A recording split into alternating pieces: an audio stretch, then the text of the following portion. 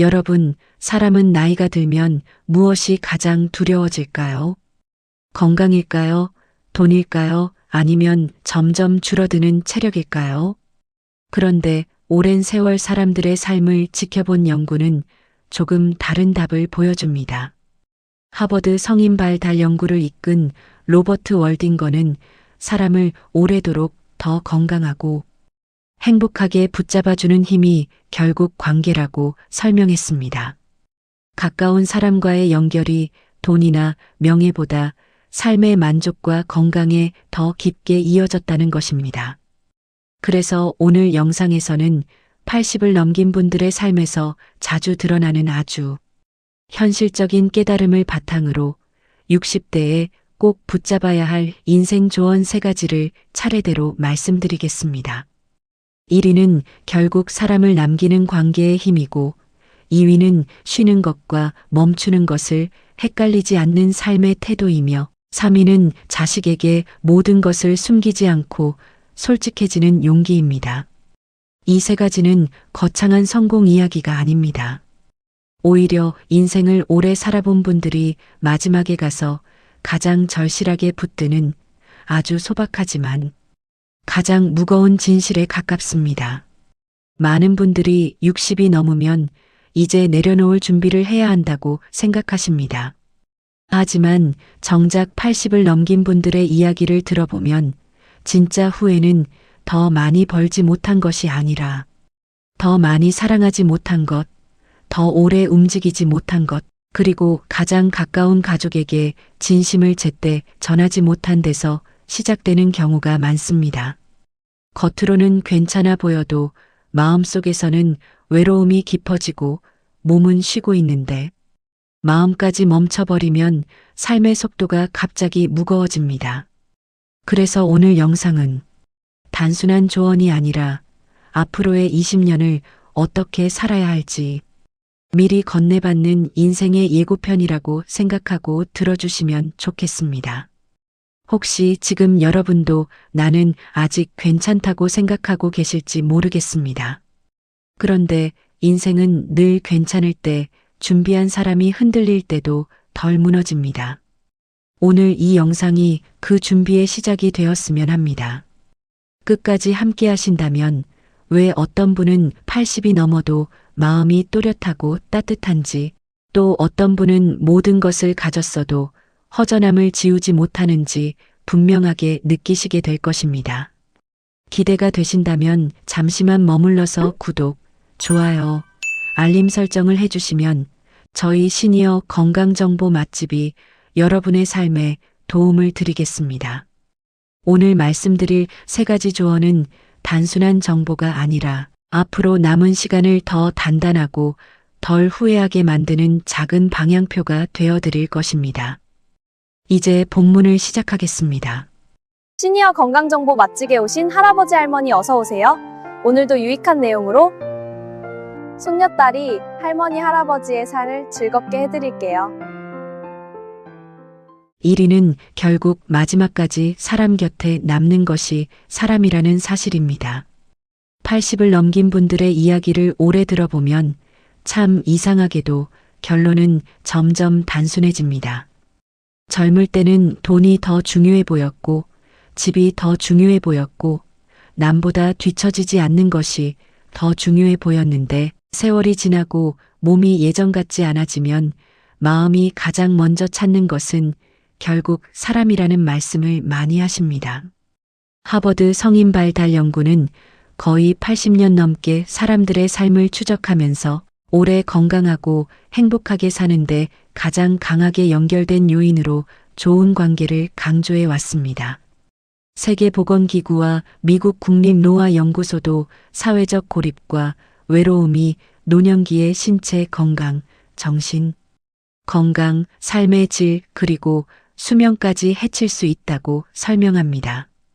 결국 늙어갈수록 사람은 혼자 버티는 존재가 아니라 관계 속에서 버티는 존재라는 말이 점점 더 현실이 되는 것입니다. 그래서 60대에 가장 먼저 점검해야 할 것은 통장 잔고만이 아니라 내 곁에 진심으로 통화할 사람이 몇 명 있는가 내가 힘들다고 말할 수 있는 사람이 있는가? 내가 먼저 안부를 건넬 사람이 남아있는가 하는 질문입니다. 통계청의 2023 고령자 통계에 따르면 2022년 기준 65세 이상 가운데 현재 삶에 만족한다고 답한 비중은 34.3%였습니다. 아주 높은 수치라고 보기는 어렵습니다. 또 2023년 노인 실태조사 관련 분석에서는 건강이 유지될 때 현재 집에서 계속 살고 싶다는 응답이 87.2%였고 건강이 나빠져도 절반이 넘는 55.7%가 가족과 함께 살거나 가까이 지내며 재가 서비스를 받는 방식을 희망했습니다. 이 수치는 노년의 소망이 화려한 변화보다도 익숙한 관계와 가까운 돌봄에 더 기울어 있다는 뜻으로 읽을 수 있습니다. 공자는 논어 첫머리에서 멀리서 벗이 찾아오는 기쁨을 말했습니다. 사람과 더불어 배우고 사람과 더불어 살아가는 기쁨을 삶의 기본으로 놓았던 것입니다. 나이가 들수록 이 말은 더 절실해집니다. 젊을 때는 친구가 많다는 것이 바쁜 일정표 속 약속 몇 개처럼 보일 수 있지만 노년에는 그 친구 한 사람이 병원 다녀오는 길에 전화를 받을 사람이고 입맛이 없을 때 함께 밥을 먹어줄 사람이며 내 마음이 무너질 때 내가 아직 세상과 이어져 있다는 사실을 확인시켜주는 사람이 됩니다. 좋은 관계는 단순한 감정의 위안이 아니라 삶을 붙들어주는 구조물에 가깝습니다. 그래서 관계는 사치가 아니라 생존의 기반이라는 말을 드리고 싶습니다. 실제로 노년의 외로움은 기분 문제로만 끝나지 않습니다. 세계보건기구는 외로움과 사회적 고립을 중요한 사회적 건강 결정 요인으로 보고 있고 미국 국립노화연구소와 CDC도 외로움이 우울, 불안, 인지 저하, 심혈관계 문제, 조기 사망 위험과 연결될 수 있다고 설명합니다. 말 그대로 마음의 허전함이 몸의 문제로 이어질 수 있다는 뜻입니다. 많은 분들이 나는 원래 혼자 있는 게 편해라고 말씀하시지만 혼자 있는 편안함과 아무도 없는 고립은 전혀 다릅니다. 스스로 선택한 고독은 쉼이 될 수 있지만 관계가 끊어진 외로움은 사람을 서서히 마르게 합니다. 마치 화분이 창가에 놓여 있어도 물을 오래 주지 않으면 겉은 멀쩡해 보여도 안쪽 흙부터 바짝 마르는 것과 비슷합니다. 사람도 그렇습니다. 말을 걸고 대답을 듣고 내가 아직 누군가에게 필요한 존재라는 느낌을 받을 때 마음이 살아납니다. 여기서 많은 분들이 오해하시는 것이 있습니다. 관계가 중요하다고 하면 무조건 많은 사람을 만나라는 뜻으로 받아들이십니다. 그런데 꼭 그렇지는 않습니다. 하버드 연구가 말하는 핵심도 관계의 숫자보다 질에 가깝습니다. 형식적인 모임에 얼굴을 비추는 것보다 진짜 속마음을 나눌 수 있는 한 사람, 두 사람의 존재가 훨씬 더 중요할 수 있습니다. 어떤 분은 평생 넓게 사귀었지만 정작 아플 때 연락할 사람이 없고 어떤 분은 조용히 살았어도 배우자와 자녀, 오랜 벗 두세 명과 깊게 연결되어 있어 마음이 흔들릴 때 덜 무너집니다. 그러니 60대부터는 인간관계를 정리하는 것이 아니라 관계를 깊게 만드는 쪽으로 방향을 바꾸셔야 합니다.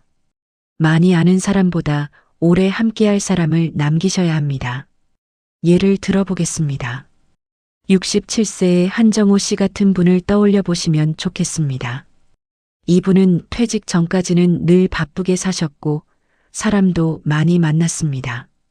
그런데 막상 회사를 그만두고 나니 휴대전화는 조용해졌고 평소 친하다고 생각했던 사람들과도 연락이 뜸해졌습니다. 처음에는 이제 좀 쉬자 싶었지만 몇 달이 지나자 밥맛이 떨어지고 말수가 줄고 작은 일에도 서운함이 커졌습니다. 그러다 동네 도서관 인문학 모임에 나가게 되었고 거기서 비슷한 나이의 사람들과 일주일에 한 번씩 얼굴을 보며 이야기하기 시작했습니다. 특별한 상담을 받은 것도 아니고 큰 돈이 든 것도 아니었지만 다시 아침에 씻고 나갈 이유가 생기자 표정이 달라졌다고 합니다. 이런 변화는 대단한 기적이 아니라 관계가 회복되면서 삶의 리듬이 다시 살아난 자연스러운 결과일 수 있습니다. 노년의 건강은 약만으로 지켜지는 것이 아니라 연결감으로도 지켜진다는 사실을 이보다 더 잘 보여주는 예도 드뭅니다.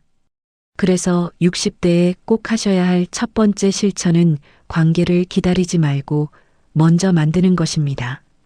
먼저 전화하셔야 합니다. 먼저 만나자고 하셔야 합니다. 먼저 미안하다고 하셔야 하고 먼저 보고 싶다고도 하셔야 합니다. 많은 분들이 상대가 먼저 연락하면 좋겠다고 생각하시지만 노년의 관계는 기다리는 사람이 아니라 움직이는 사람이 지켜내는 경우가 많습니다. 논어에서 말한 배움도 결국 반복하고 실천하는 것이었습니다. 관계도 마찬가지입니다.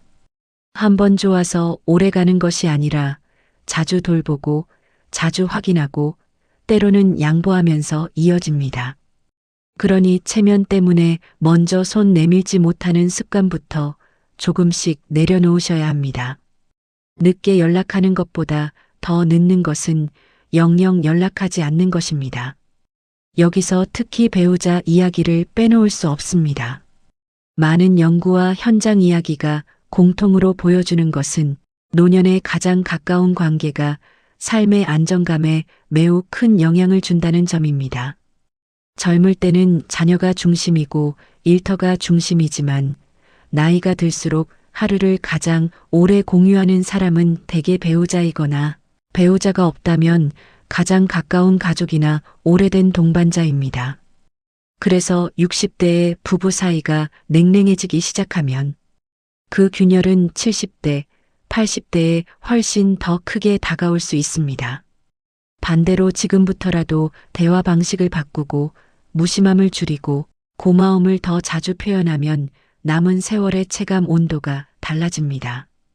건강검진표 숫자는 병원이 알려주지만 관계의 온도는 내가 먼저 살펴야 합니다.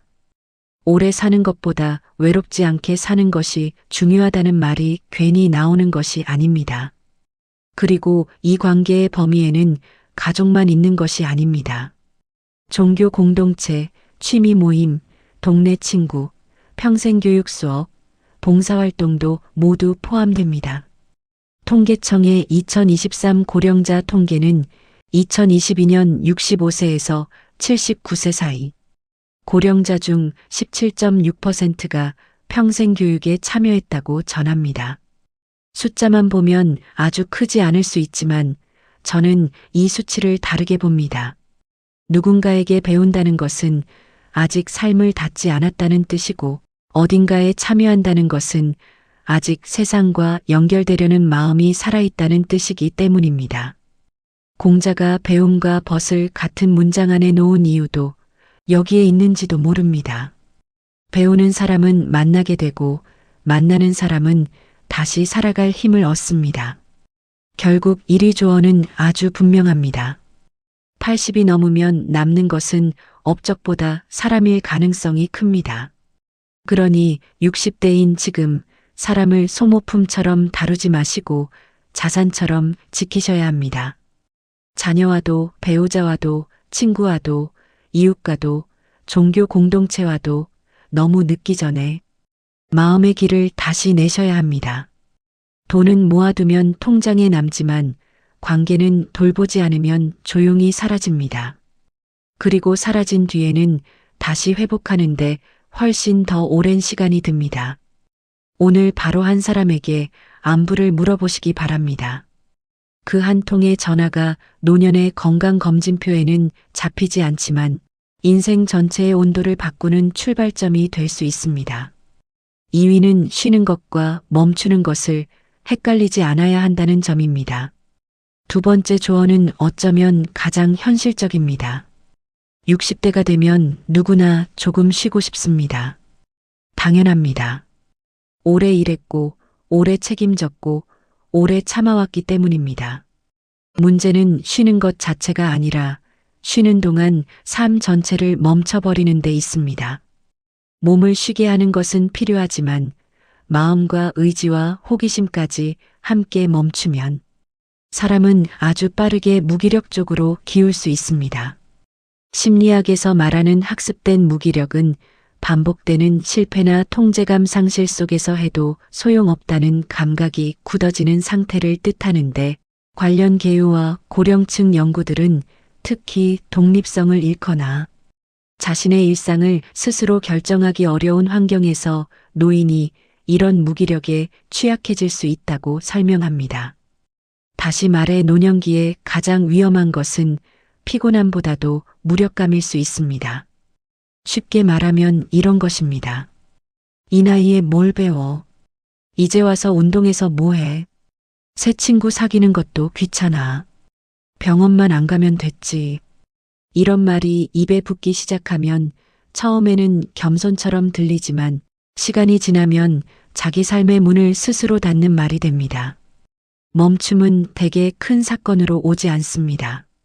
하루 더 누워있고, 약속 하나 미루고, 배움 하나 포기하고, 나가는 일 하나 줄이는 식으로 조용히 시작됩니다. 그런데 이런 작은 멈춤이 쌓이면 어느 순간 다시 움직이는 힘이 사라집니다. 자동차도 오래 세워두면 배터리가 먼저 약해지듯이 사람도 오래 멈춰 있으면 의욕부터 방전됩니다. 그래서 노년의 휴식은 정지가 아니라 회복이어야 합니다. 쉬고 나서 다시 움직일 수 있어야 진짜 쉰 것입니다.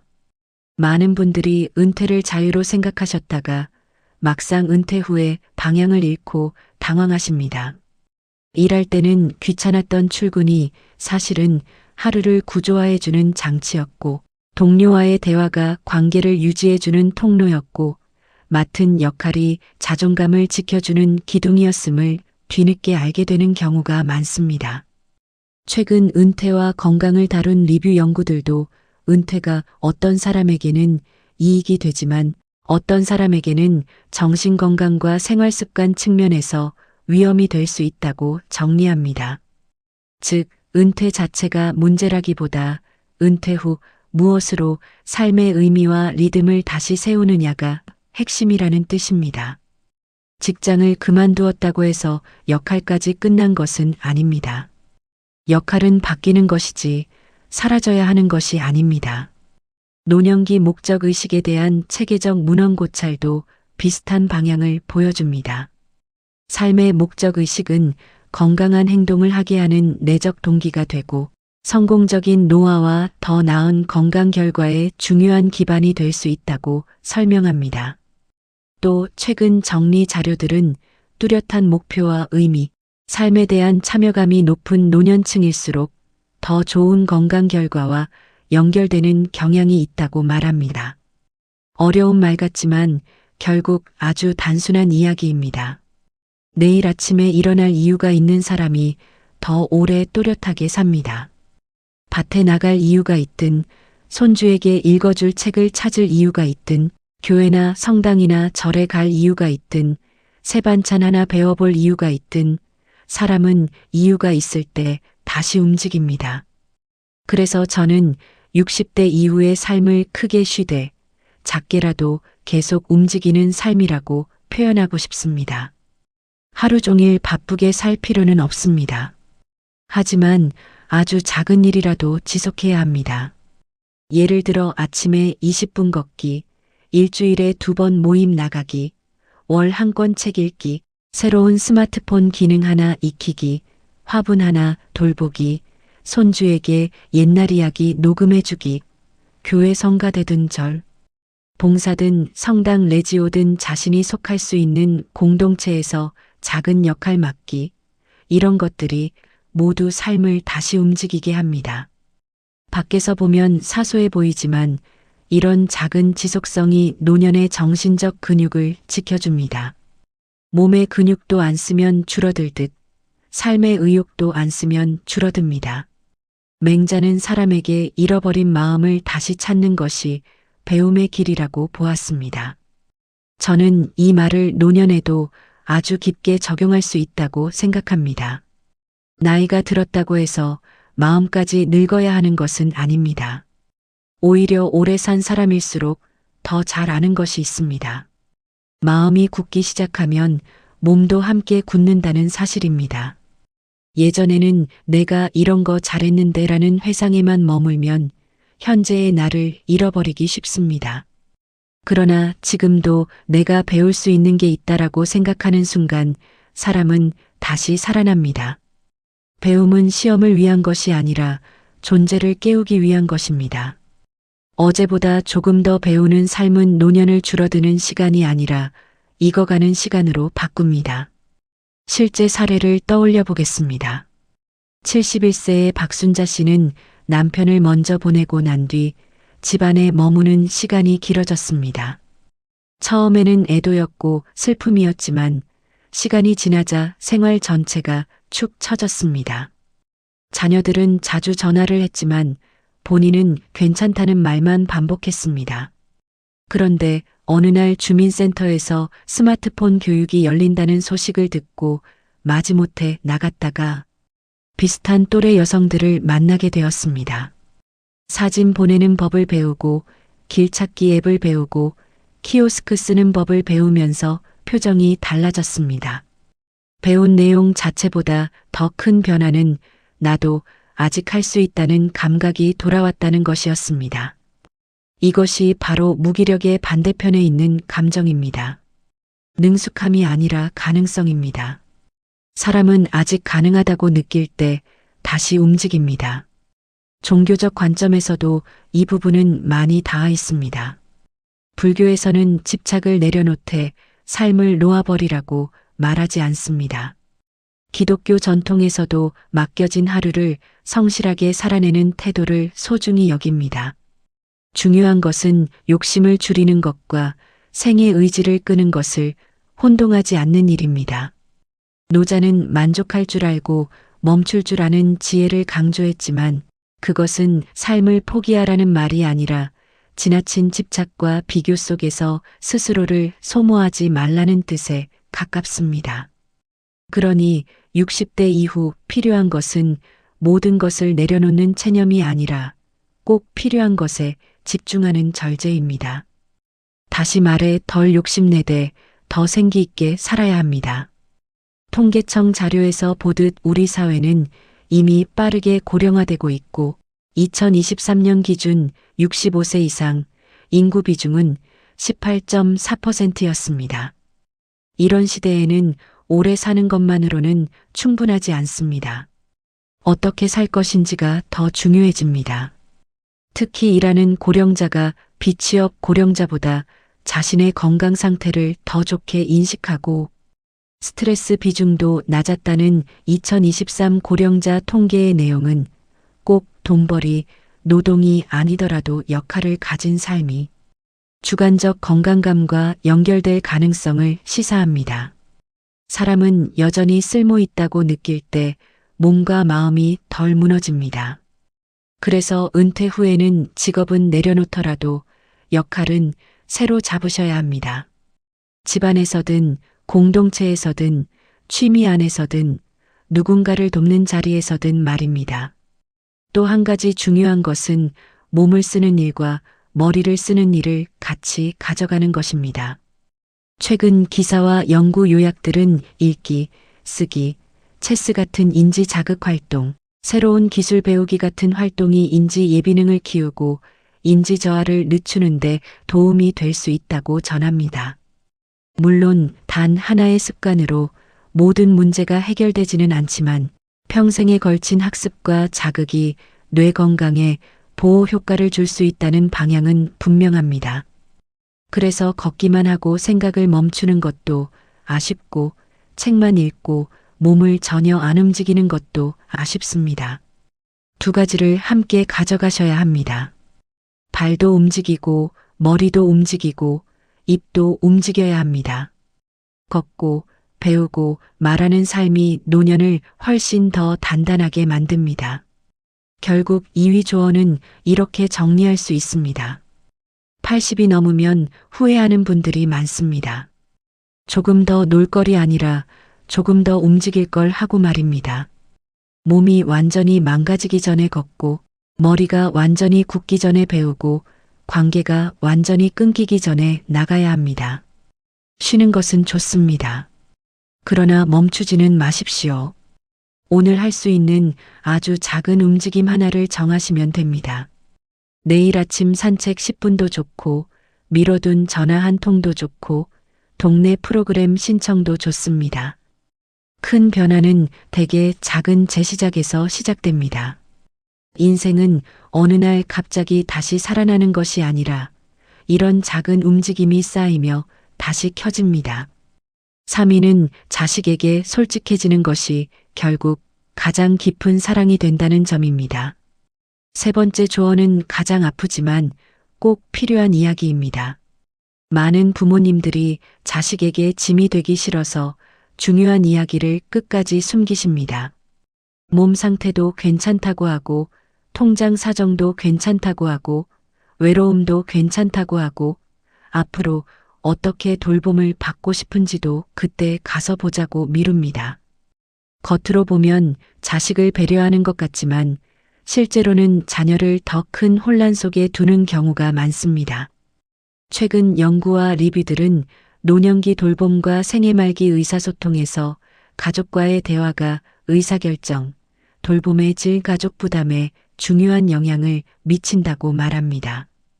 무거운 이야기를 너무 늦게 꺼낼수록 사랑이 더 잘 전해지는 것이 아니라 오히려 더 큰 부담으로 남을 수 있다는 뜻입니다.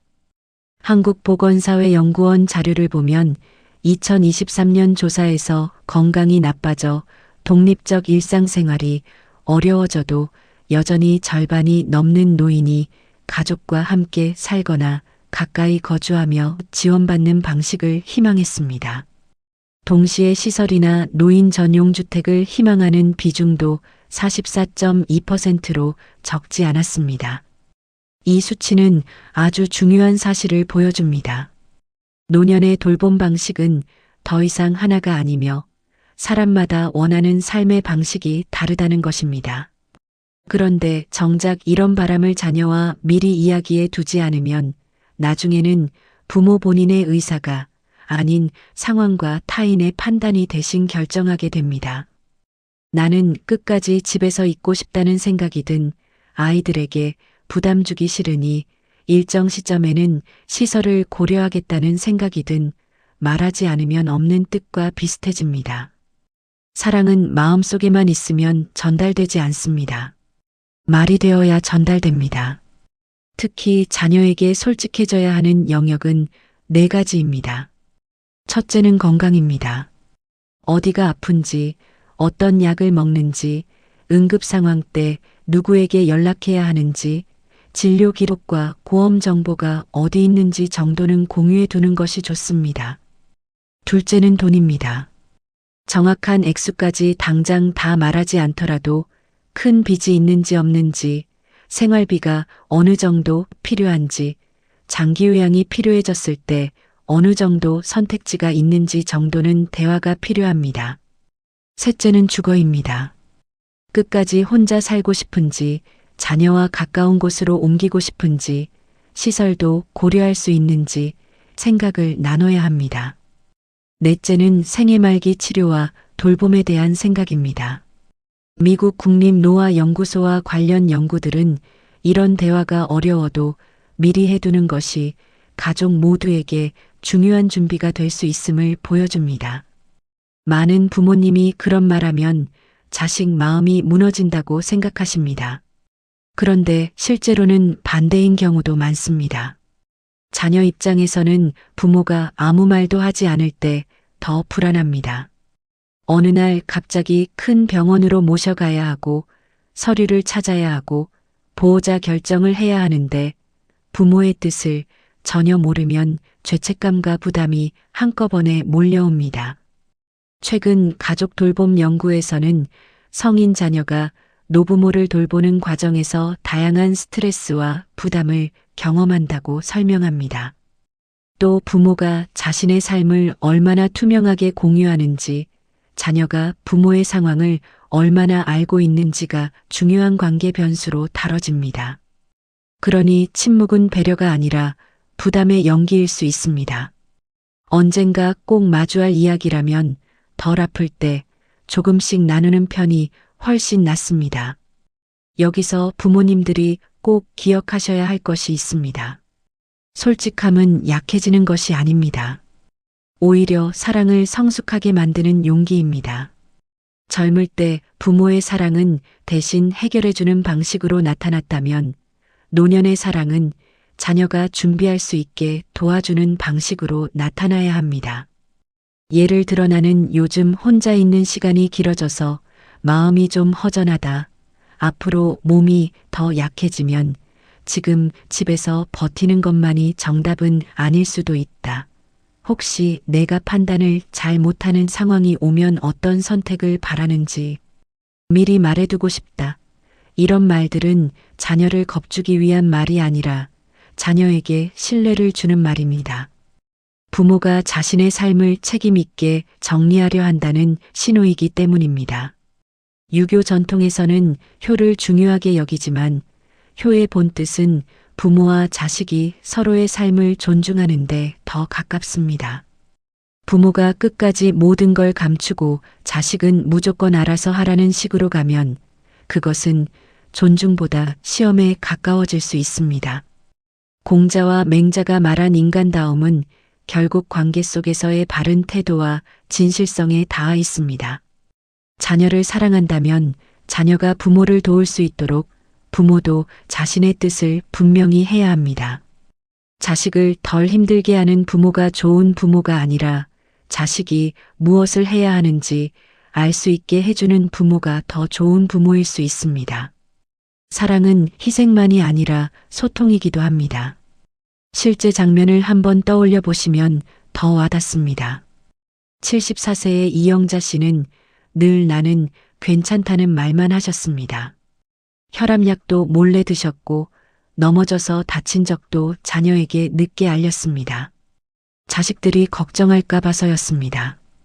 그런데 어느 날 밤 갑자기 응급실에 가게 되었고 자녀들은 어머니가 어떤 병력이 있는지, 어떤 치료를 원하는지, 집은 어떻게 정리해야 하는지 아무것도 몰랐습니다. 그날 이후 자녀들은 더 자주 불안해했고 어머니는 오히려 내가 애들을 더 힘들게 했구나 하고 눈물을 흘렸습니다. 이 사례는 극적인 이야기가 아니라 우리 주변에서 아주 흔하게 벌어지는 일입니다. 부모의 침묵은 순간의 평화를 줄 수 있지만 미래에 큰 혼란을 부를 수 있습니다. 반대로 미리 대화한 가족은 위기가 와도 덜 흔들립니다. 아프지 않아서가 아니라 방향을 알고 있기 때문입니다. 또 하나 중요한 것은 재산과 돌봄을 분리해서 생각하지 않는 것입니다. 노년기에는 재산 정리 문제, 간병 문제, 주거 문제, 형제 간 역할 분담이 한꺼번에 얽히기 쉽습니다.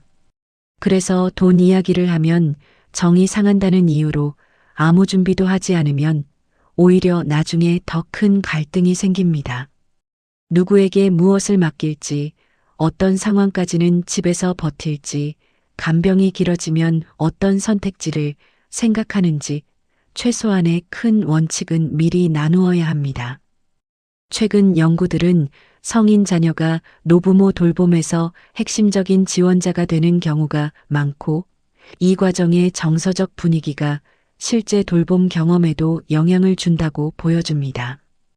그러니 재산과 사랑을 따로 떼어 생각하지 마십시오.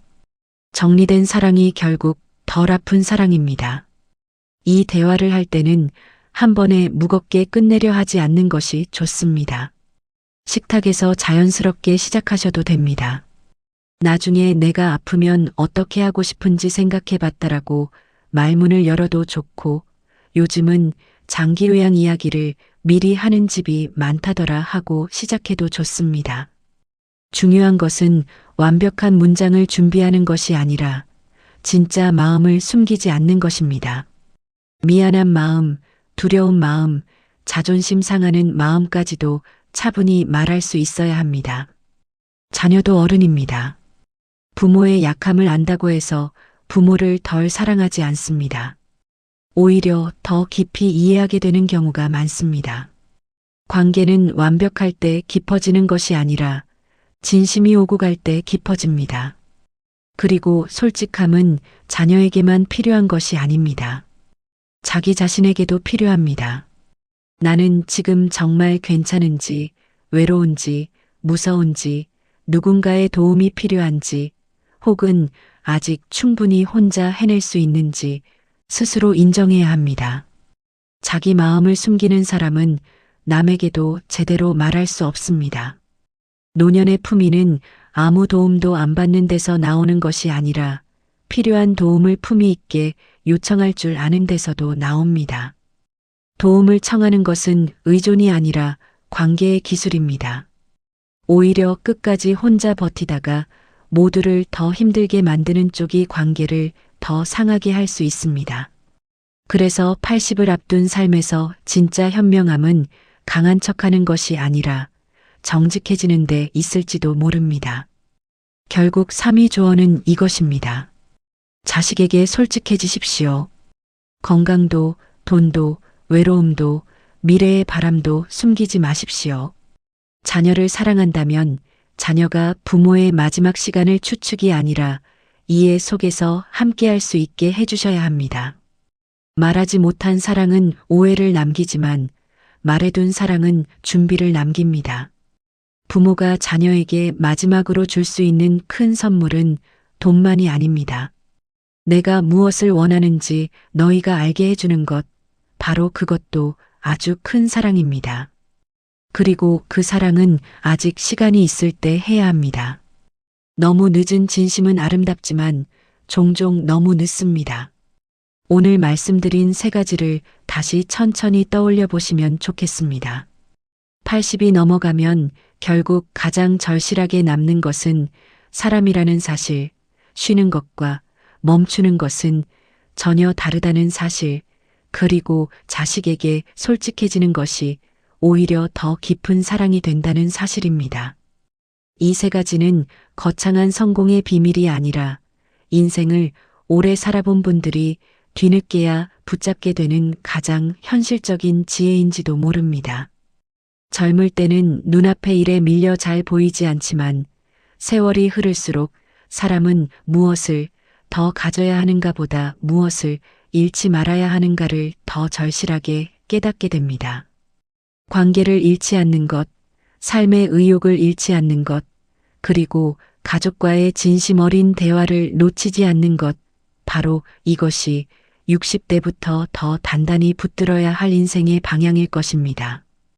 혹시 오늘 영상을 들으시면서 마음속에 떠오르는 사람이 있으셨다면 오늘 꼭 먼저 연락해 보시기 바랍니다. 혹시 내가 너무 오래 멈춰 있었구나 싶은 생각이 드셨다면 내일부터가 아니라 오늘 작은 한 걸음부터 다시 시작해 보시기 바랍니다. 그리고 자녀에게 혹은 가족에게 차마 꺼내지 못했던 말이 있다면 너무 늦기 전에 조용히 마음을 열어보시기 바랍니다. 인생은 어느 날 갑자기 좋아지는 것이 아니라 이런 작고 진실한 선택이 쌓이면서 조금씩 더 따뜻해지는 것이라고 저는 믿습니다. 오늘이 여러분 인생에서 가장 젊은 날입니다. 아직 늦지 않았습니다. 지금부터 바꾸면 앞으로의 10년, 20년은 분명히 달라질 수 있습니다. 우리 시니어 건강정보 맛집이 여러분을 응원할 테니 구독과 좋아요, 알림 설정으로 함께 해주시면 감사하겠습니다. 그리고 여러분의 경험 속에서 얻은 지혜나 여러분만의 더 좋은 방법이 있다면 댓글로 함께 나눠주십시오. 그 한마디가 누군가에게는 큰 위로가 되고 또 다른 누군가에게는 다시 살아갈 용기가 될 수 있습니다. 오늘도 함께 해주셔서 진심으로 감사합니다.